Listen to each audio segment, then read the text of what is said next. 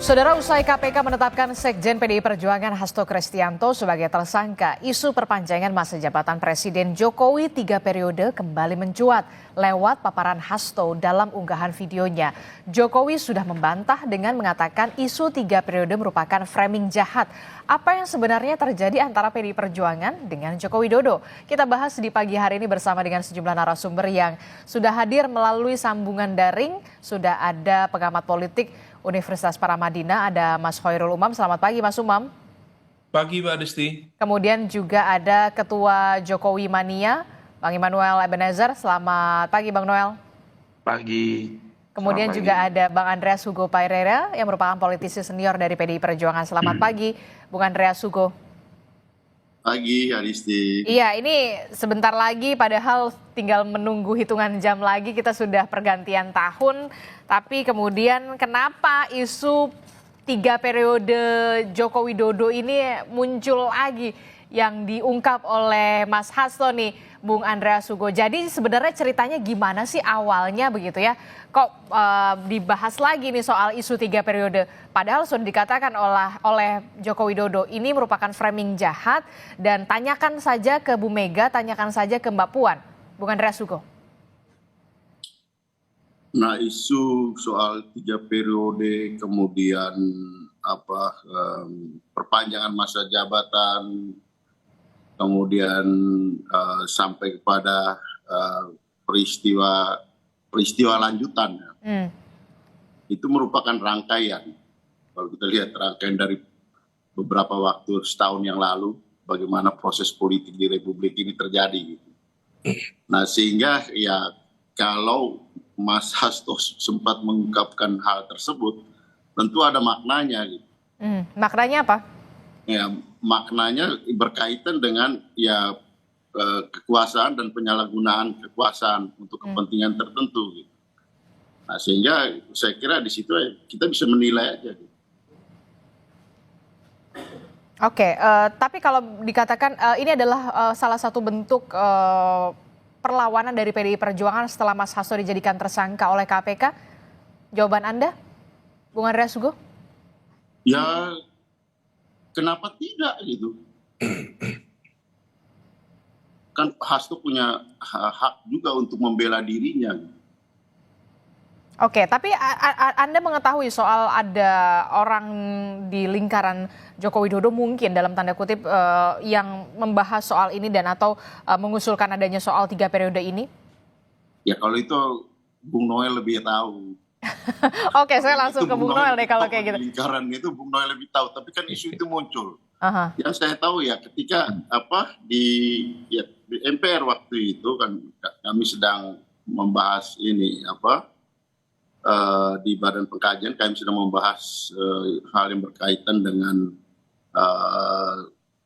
amandemen undang-undang, kemungkinan ada rencana amandemen undang-undang dasar yang berkaitan dengan PPHN. Ya. Ketika itu muncul isu yang berkaitan dengan penambahan masa periode, masa jabatan 2 atau 3 tahun itu. Dan itu kan dibicarakan di publik, kita bisa cek sendiri. Ada yang menyampaikan bahwa itu keinginan masyarakat dengan data dan segala macam itu kan. Siapa sebenarnya Bung Andreas? Itu kan kita bisa cek Anda bisa buka aja gitu kan. Berbagai rekaman-rekaman ini kan yang video-video yang ada kan masih ada banyak itu kan. Tapi intinya ketika pembahasan itu sedang berjalan, kemudian ya karena isu itu muncul dan ada juga yang dimaksudkan pembahasan itu adalah berkaitan dengan PPHN, muncul isu itu, ya kemudian atas dasar itu kemudian ya Ibu Ketua Umum Ibu Mega minta supaya fraksi PDI Perjuangan stop membahas soal penambahan 2-3 tahun itu. Gitu. Dan itu salah satu hal yang saya kira ya baik karena dengan itu ya tidak terjadi pelanggaran konstitusi. Dan soal pelanggaran konstitusi itu kan hal yang berat. Oke, Bang Noel. Sekarang saya ke Bang Noel. Bang Noel, jadi siapa sebenarnya yang awal muasal kemudian mengusulkan adanya perpanjangan masa jabatan presiden untuk 3 periode? Kalau katanya Pak Jokowi kan sudah mengatakan, coba tanyakan saja ke Bu Mega, ke Mbak Puan begitu ya. Anda menyikapinya seperti apa ini? Ini karena saya saat itu relawan yang sikap politiknya menolak gagasan 3 periode. Pertama, kita melihat bahwa ini melanggar konstitusi. Kedua, cita-cita kita aktivis 98 yang membatasi kekuasaan eksekutif sampai 2 periode. Dan itu semua terkonfirmasi ketika saya komunikasi langsung dengan Presiden saat itu, Pak Jokowi. Saya tanya beliau, Pak Noel, ini biarin aja, ini orang-orang sesat kok katanya. Ini kan mereka kan ingin menyemburkan saya. Kita lihat aja sampai semana sih orang-orang ini kuatnya. Bahwa saya tetap konsisten pada konstitusi yang saya patuhi dan saya hormati. Itu bahasa Presiden ke saya loh. Gitu. Jadi waktu itu diketawain aja tuh sama Presiden orang-orang ini yang liar-liar ini. Dan saya saksi sejarah untuk hal itu. Gitu loh. Presiden menyampaikan, ini orang-orang ini lucu wacanain. Ini jelas-jelas ingin menjerumuskan saya kok. Dan itu juga dikonfirmasi oleh Presiden. Orang yang menggagas 3 periode adalah orang yang ingin menampar, cari muka, dan menjerumuskan saya. Kali itu berkali-kali juga Presiden menyampaikan. Kemudian ini dianggap hasratnya Pak Jokowi saat itu, ya menurut saya sih buat lucuan aja. Karena kan saya langsung berinteraksi dengan Presiden. Saya tanya berkali-kali juga, Pak Presiden ini benar gak sih? Mas Noel, saya ini patuh terhadap konstitusi, saya nggak mau melanggar. Gitu. Dan saya menghormati bahwa kemenangan saya ini berkat aktivis 98 juga yang ikut memperjuangkan saya untuk bisa maju di 2 periode ini. Dan saya tidak punya hasrat kekuasaan sedikit pun. Dan saya masih ingat kata-kata Presiden itu. Gitu loh. Jadi saya rasa kalau ketika Hasto bicara tentang gagasan 3 periode, saya juga nolak, kan bisa dicek jejak digital saya. Gimana saya habis-habisan melawan itu. Walaupun kita lihat dulu ya banyak jokor-jokor yang ngaku-ngaku pendukung Jokowi yang akhirnya sekarang nyerang Jokowi berbalik. Jadi kita sih ketawa ini, cek aja latar belakang mereka semua di mana itu. Buzzer-buzzer yang sekarang bilang dinasti Jokowi dinasti lah apalah. Lah orang-orang itu semua kok itu. Makanya kita ketawa aja, kan kita tahu semua siapa-siapa orang-orangnya. Makanya kita berharap Hasto berani dong ungkapin, jangan cuplikan-cuplikan berita. Karena saya saksi sejarah loh, saya masih hidup ini. Saya tahu sekali proses politik saat itu. Karena saya juga tegas-tegasan, saya tolak, saya nggak mau. Saya bilang saya nggak akan mau. Saya ngelawan kawan-kawan saya yang dulu relawan Jokowi, saya tidak mau. Saya waktu itu sendiri, saya terbuang dengan sendiri kok. Nggak apa-apa, saya bilang tereliminasi dalam proses politik ini. Tapi saya konsisten melawan gagasan 3 periode yang sesat ini. Gitu. Dan ini menurut saya kesesatan politik dan kesesatan konstitusi ketika ini dijadikan. Tapi kan apakah masih relevan kita bicarakan tentang gagasan 3 periode? Tidak. Karena kenapa? Hari ini ada presiden yang sudah definitif melalui mekanisme demokrasi terpilih. Jadi ketika kita bicara tentang gagasan 3 periode udah nggak relevan. Ketika itu sebagai wacana biarin aja sih. Nggak ada yang nyalain wacana. Mau wacana 100 periode kayak 200 periode. Kalau bangsa ini punya komitmen untuk menolak gagasan-gagasan di hari itu, ya kita tolak. Dan orang yang menolak pun tidak ada yang ditangkap. Nah, saya orang yang konsisten menolak itu saat itu. Oke, Bang Noel mengatakan adalah orang yang konsisten menolak adanya usulan perpanjangan masa jabatan presiden kala itu 3 periode. Dan menurut Bang Noel, ini sudah tidak relevan lagi nih wacana-wacana semacam ini atau isu-isu semacam ini, Bung Andreas Sugo. Respon Anda? Saya kira Noel tidak salah gitu. Artinya saya tahu waktu itu dia juga menyampaikan itu, dan kami sempat ngobrol soal itu bahwa itu benar. Tapi kan Noel kan cuma salah satu bagian di dalam lingkaran-lingkaran itu gitu. Iya. Tapi bahwa fakta-fakta yang ada kan juga menunjukkan bahwa isu itu juga berkembang. Saya katakan tadi itu kan hanya proses pembukaan saja kan pada waktu itu. Bahwa itu kemudian tidak jadi, kemudian bergeser menjadi tambah 2-3 tahun. Dan seterusnya sampai dengan apa yang kita alami, misalnya ya apa yang terjadi di Mahkamah Konstitusi. Jadi ini sebenarnya perjalanan yang panjang gitu kan di dalam peristiwa-peristiwa politik ya beberapa waktu yang lalu gitu, kurang lebih setahun yang lalu gitu. Dan semua itu kan terekam gitu di jejak digital dan banyak hal juga yang mungkin belum terungkap. Nah sehingga kalau misalnya Mas Hasto menyampaikan itu kan apa keran pembukanya aja gitu, baru ini cuplikan kecil gitu. Mungkin ya, artinya saya juga belum ketemu lagi dengan Pak Hasto sejak sekian lama karena saya juga baru kembali dari liburan. Nah sehingga memang ya kalau mau bilang peristiwa ini, ada hal-hal yang terjadi di belakang-belakang ini kan saya kira banyak hal yang kita semua juga tahu gitu, dan banyak hal itu hal-hal tersebut menyangkut peristiwa yang penting di Republik ini. Oke, jadi Anda tetap meyakini sebenarnya 3 periode ini memang usulan datang dari memang lingkaran terdekat Joko Widodo, Bung Andreas Hugo? Ini peristiwa itu kan bukan soal 3 periode aja. Tadi apa yang dibilang Bang Hugo itu ada peristiwa lain lagi terkait misalnya perpanjangan, extend. Ketiga itu sampai wacana Jokowi jadi wapres. Jadi ada 3 satu peristiwa politik. Bung Andre tahu sekali dan kita konsisten nolak. Dan PDIP dengan Bu Meganya itu punya komitmen melawan itu. Dan kami bangga lah ya karena PDIP sebagai partai besar bisa menjadi garda terdepan dalam menjaga konstitusi. Dan kita bangga sekali dengan Bu Mega yang punya komitmen terhadap itu, dan juga PDIP, partai besar yang menunjukkan kebesaran ideologinya. Jadi saya rasa ke depan nanti hal-hal kayak begini, misalnya Mas Hasto, ini Mas Hasto kan ini lagi panik-paniknya, lagi sakit perut ya. Ketika di TSK kan, kemudian dia panik, kemudian dia nyerang-nyerang aja udah. Dia bikin orkestrasi, maksud saya gini, sudahlah. Orkestrasi ini hentikan, jangan seret-seret yang hal-hal yang tidak substansial, yang akhirnya malah membuat dia makin pusing. Gini, semua biasanya pejabat-pejabat partai ketika menjadi TSK itu teriak-teriak tuh, akan saya bongkar, saya bongkar. Pas udah pakai baju oranye sakit perut tuh lupa. Udah fokus terhadap kasusnya aja. Jangan seret-seret partai besarnya, partai ideologis ini. Jangan seret-seret yang atasnya lagi Bu Mega, karena nanti orang akan ngebongkar.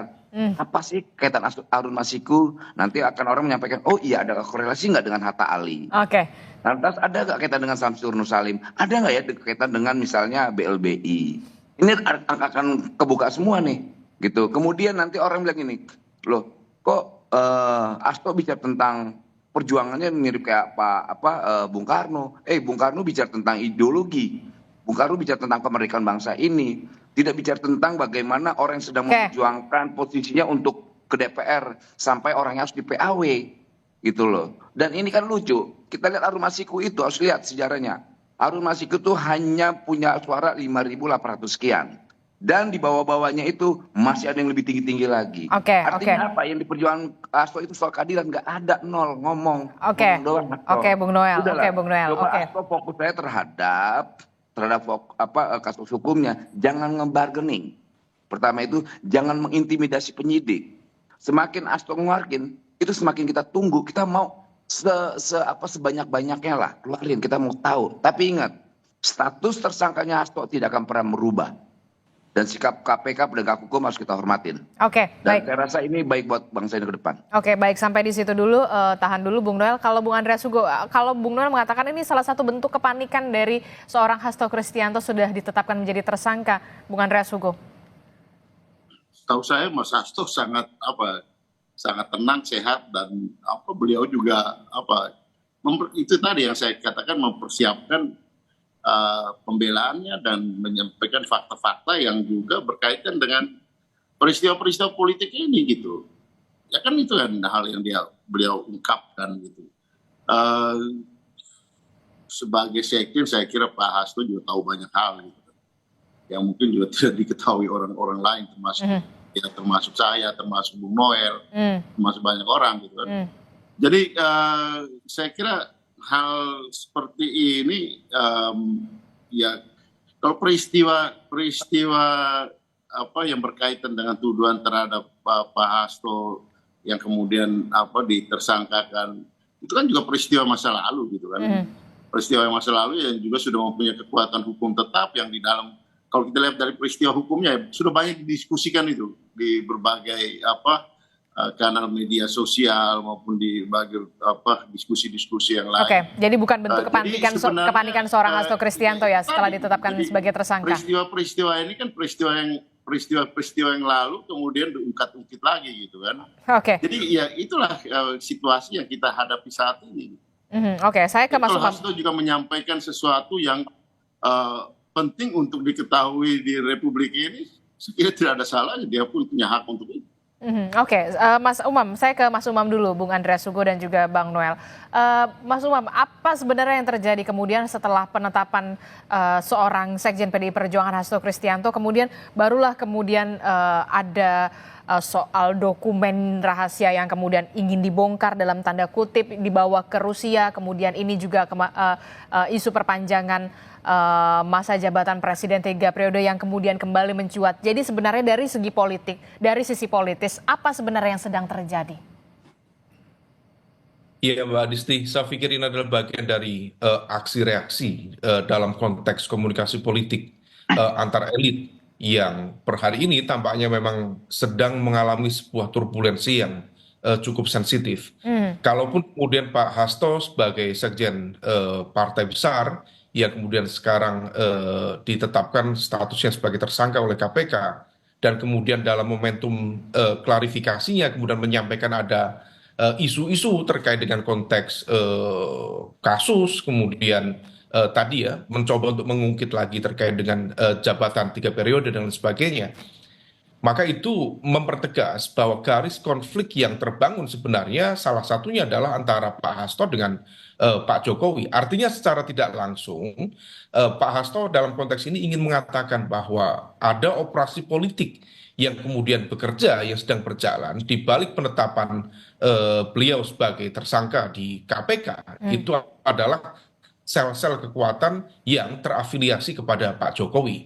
Nah, oleh karena itu ini yang kemudian secara tersirat tergambar dalam statement-statement itu dan serangan itu dialamatkan kepada Pak Jokowi dan Pak Jokowi sendiri juga tampaknya merasa gusar sehingga kemudian perlu melakukan klarifikasi secara langsung atas statement dari Pak Hasto itu.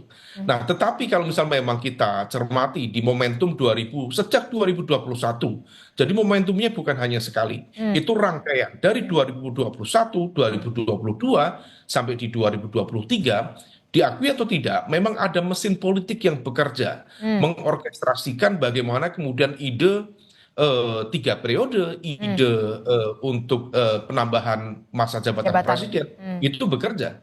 Dan spektrum dari instrumen politik itu cukup beragam. Mulai dari statement-statement ketua umum partai. Ingat, ketua umum partai itu adalah pemilik saham politik yang sangat besar bagi negeri ini.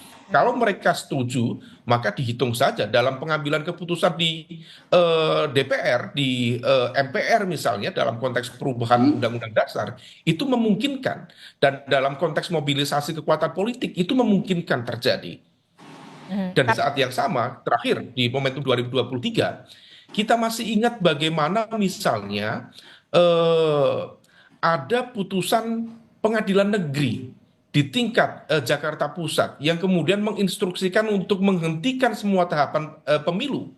Dan itu disinyalir kuat. Itu adalah bagian dari upaya grand design besar untuk melakukan perpanjangan 3 periode ini. Artinya, ini bukan hanya mesin politik, tetapi juga sudah masuk dalam ranah independensi kehakiman yang kemudian seolah dimainkan sedemikian rupa dan ada yang menjalankan itu semua. Nah, ini yang kemudian memunculkan banyak spekulasi. Memang PDIP kita apresiasi cukup firm dalam bersikap terkait dengan hal ini. Pak Jokowi juga sama, secara publik juga menyampaikan beliau tidak memiliki keinginan dan akan taat konstitusi, meskipun taat konstitusi itu kemudian bisa dimaknai ganda.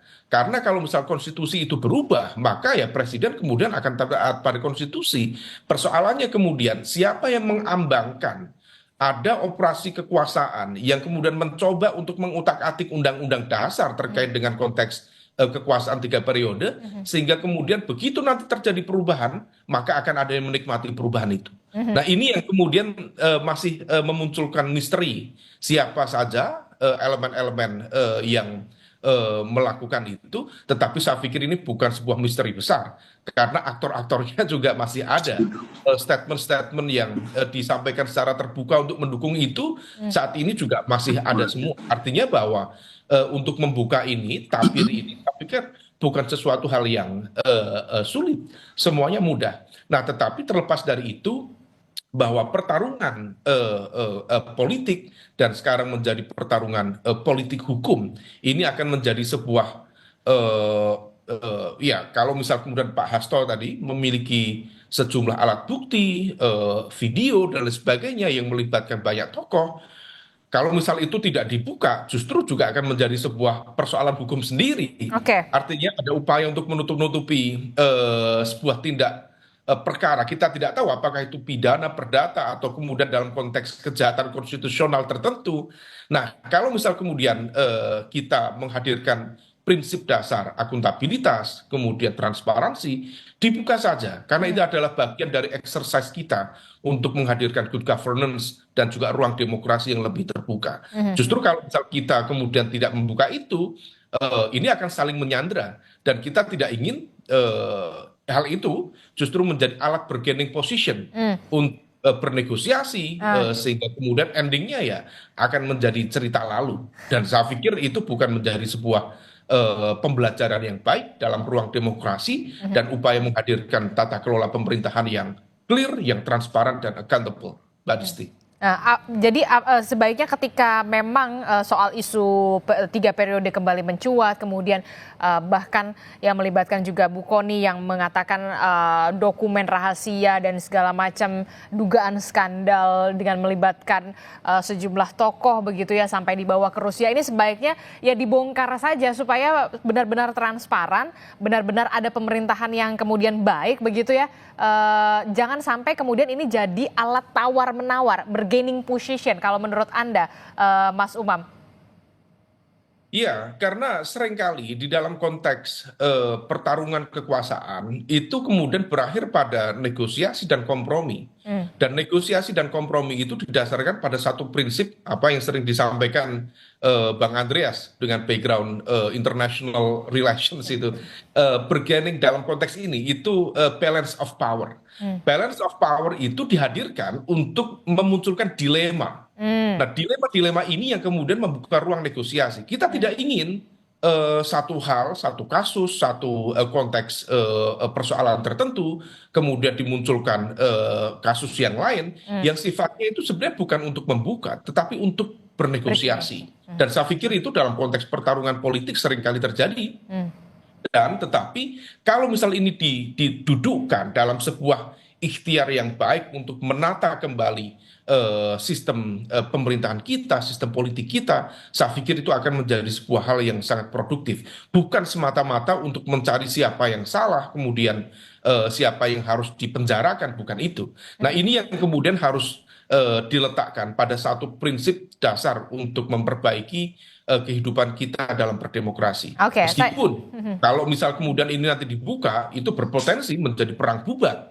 Karena kalau misal Mas Hasto membuka fakta-fakta itu, Mas Hasto juga akan dijadikan sebagai dalam tanda kutip pesakitan dan tidak menutup kemungkinan akan memunculkan reaksi yang lebih besar yang kemudian akan saling menyandera satu sama lain. Nah, ini yang kemudian kita tidak inginkan, sehingga kemudian penting bagi civil society, bagi independent media seperti Kompas untuk mengawal proses politik seperti ini. Oke, saya ke Bung Andreas. Benarkah kemudian saat ini setelah penetapan tersangka dari Hasto Kristianto, PDI Perjuangan dan Hasto Kristianto sedang membuka ruang negosiasi bargaining position dengan adanya soal dokumen dugaan skandal termasuk juga perpanjangan masa jabatan 3 periode ini, Bung Andreas Hugo. Benarkah yang dikatakan oleh Mas Umam? Ya, yang Mas Umam sampaikan tadi itu teori dalam di dalam hubungan internasional ketika ada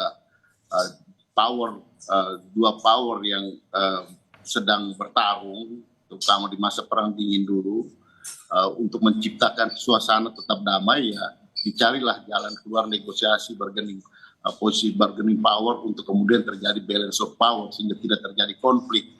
Itu namanya teori balance of power. Nah, seperti itu bisa juga terjadi di dalam di dalam politik antar kekuatan yang ada gitu. Bahwa seperti apa ini akan terjadi kita lihat aja nanti ke depan gitu kan. Ya ketika kita berkuasa kita punya power. Tapi ketika kita tidak berkuasa lagi ya itu kan menjadi powerless gitu kan. Dan ketika powerless itu kan banyak orang yang kayak dulunya diinjak-injak, dulunya ditekan-tekan, dulunya diintimidasi, dia akan berteriak. Dan itu bukan tidak mungkin merugikan yang tadinya powerful, yang kemudian powernya berkurang ketika tidak berkuasa lagi gitu kan. Nah itulah situasi yang bisa terjadi gitu kan.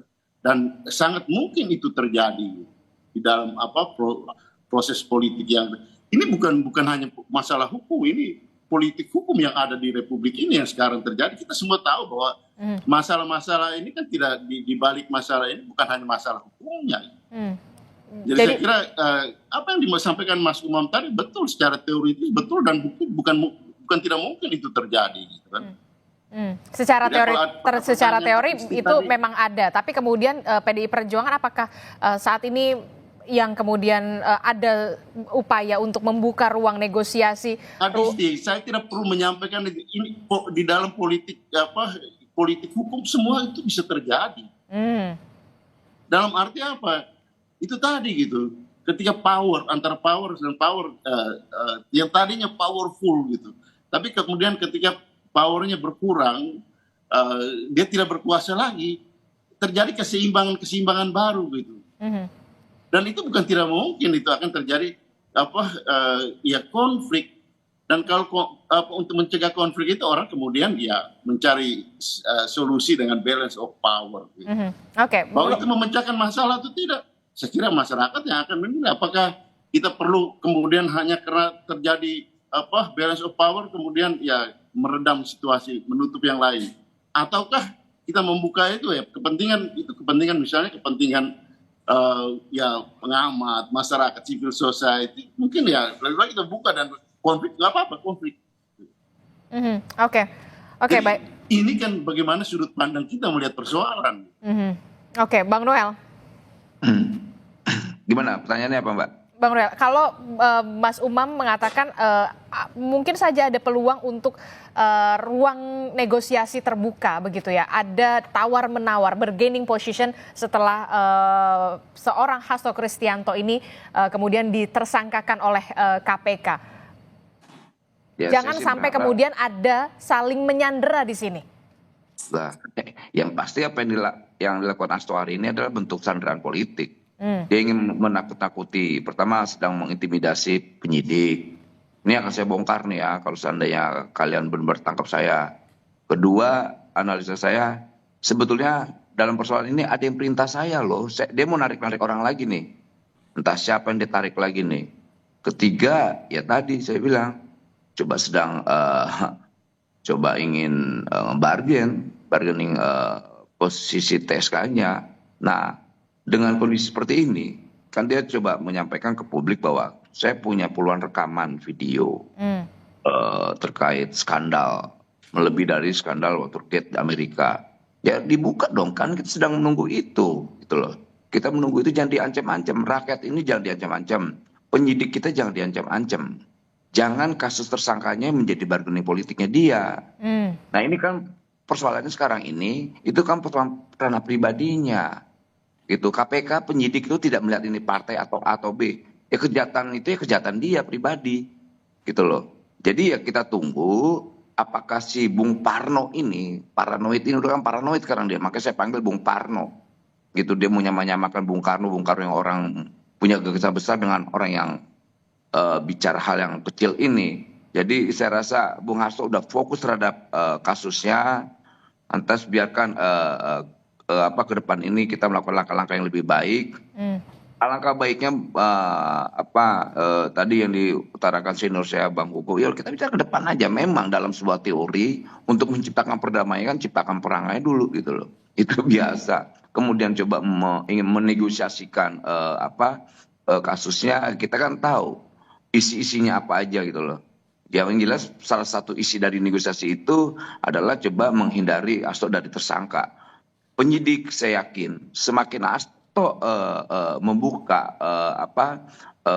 dokumen-dokumen yang dia miliki itu semakin suka penyidik tanpa mengesampingkan statusnya sebagai tersangka. Bikinnya sebanyak-banyaknya, tapi kan aneh. Masa korupsi bisa divideoin sih? Di mana di Republik ini kayak bikin sinetron gitu.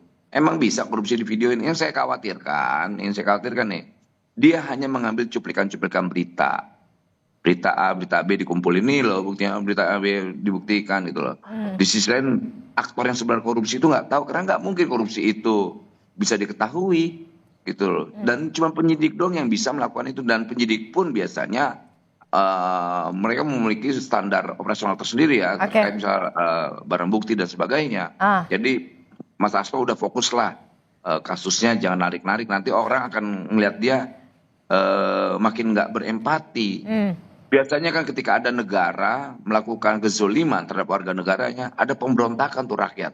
Nah kali ini nggak ada, rakyat ngeliat cuek-cuek aja Hasto, itu mau ditangkap kayak mau apa, nggak mempengaruhi perut rakyat, gitu loh, nggak mempengaruhi orang yang di pinggir jalan sana. Oke, baik Bung Noel. Saya berharap Hasto harus nangis seperti yang dulu-dulu tuh. Kan dia suka nangis tuh. Coba dong, nangis dong Hasto dong. Silakan Bung Andreas Hugo.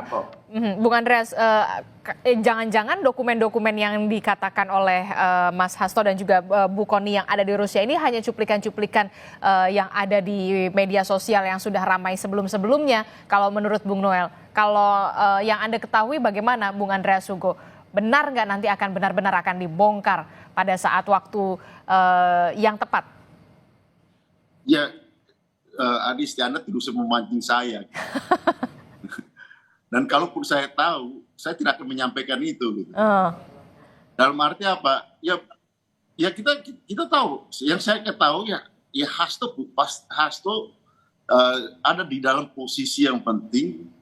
Ya sebagai sekjen partai, dia juga tahu banyak hal. Jadi bukan cuplikan-cuplikan yang ada di media sosial yang sudah ramai ya? Anda bisa pastikan itu? Saya tidak perlu menyampaikan itu, Adisti. Tapi yang saya tahu, dia pasti juga tahu banyak hal yang tidak diketahui orang. Ya itu saya bisa pastikan. Jadi kalau misalnya Mas Hasto menyampaikan itu, ya itu tadi kita lihat aja nanti. Kalau tadi Noel bilang ya dia Parno atau Mas Hasto itu tidak takut kok berhadapan dengan situasi seperti ini. Dia malah menjadi lebih tegar lagi di dalam situasi ini. Jadi kalau mau bilang ini udah hal yang biasa gitu di dalam perjuangan gitu.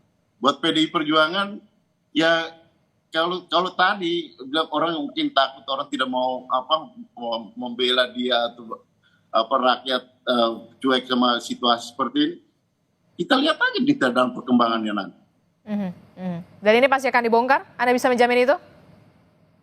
Kita lihat deh, makanya saya katakan kita lihat di dalam perkembangan nanti. Nggak berani. Masalahnya gini, ya itu tadi kita tahu banyak hal banyak peristiwa yang sebenarnya ujung-ujungnya itu kan sudah banyak muncul ke ruang publik kan. Iya, Bung Andreas, pertanyaan saya, benarkah nanti akan benar-benar dibongkar? Anda tidak usah memancing saya untuk hal tersebut, Adisti. Tetapi kemungkinan untuk itu bukan tidak mungkin. Berarti kalau ada kemungkinan, berarti masih ada mungkin iya, mungkin enggak dong, Bung Andreas? Pak Hasto sudah sampaikan itu. Gini, saya ngejawab aja lah. Oke, silakan Bung Noel. Bahwa apa yang dilakukan Hasto itu tidak mungkin terjadi. Kenapa Anda bisa punya keyakinan seperti itu, Bung Noel? Ini penakut, siapa yang bilang Hasto punya nyali? Orang nggak berani kok. Makanya dari kemarin saya tantang, Hasto buka dong, kita mau tahu. Rakyat ini kan menunggu, gitu loh. Buka dong biar bagus, biar bangsa ini ke depan ini punya azas transparansi itu, gitu loh. Jadi jangan, ya benar apa yang senior saya sampaikan. Hasto ini kan masuk dalam lingkaran kekuasaan, dia tahu sekali perilaku, aliran kekuasaan, aliran abuse, penyimpangan dan sebagainya. Buka dong, kalau dia kader yang tangguh, orang yang berani. Jangan omong-omong, dia sampaikan tuh, gitu. Kita mau tahu, jangan sampai kayak yang lain-lain ya. Pas di TSK kan masuk penjara diem ya. Gitu loh. Ini memalukan. Saya yakin 1.000.000% nggak berani dia. Tapi kita berharap juga 1.000.000% untuk segera diungkapkan. Oke, itu menurut keyakinan Anda ya, Bung Noel. Terakhir. Sangat yakin, bukan yakin lagi, sangat yakin. Oke, baik. Saya Terakhir. nggak pernah meleset dari keyakinan saya. Oke, baik. Saya ke Mas Umam. Terakhir, Mas Umam. Apa yang terjadi ketika memang benar-benar ini akan dibongkar? Apakah benar nanti akan ada turbulensi politik yang luar biasa? Mbak Adisti, sekarang rakyat se-Indonesia sudah tahu bahwa melalui dari statement Pak Hasto bahwa ada sejumlah dokumen, data yang barangkali bisa menjadi alat bukti dalam konteks hukum yang kemudian bisa dibuka atas nama keadilan. Kalau misal kemudian itu dibuka dengan cara yang elegan, saya pikir Pak Hasto memungkinkan barangkali dalam perdebatan di internal lembaga penegak hukum untuk dipertimbangkan menjadi justice collaborator. Tetapi kalau misal kemudian hal itu tidak dilakukan, sementara masyarakat se-Indonesia sudah tahu bahwa beliau memiliki data, bahan, materi yang kemudian memiliki muatan hukum, tetapi kalau misal tidak dibuka, maka hal itu bisa masuk dalam kategori obstruction of justice. Nah, ini yang kemudian akan menjadi sebuah dilema yang harus dijawab. Dan saya pikir atas nama keadilan, atas nama kebenaran, saya pikir Pak Hasto memiliki moral obligation, kewajiban moral untuk membuka itu. Terlepas dari bagaimana kemudian apakah itu nanti akan menjadi alat bargaining position dan lain sebagainya. Tetapi dalam konteks penegakan hukum atas nama keadilan menjadi penting.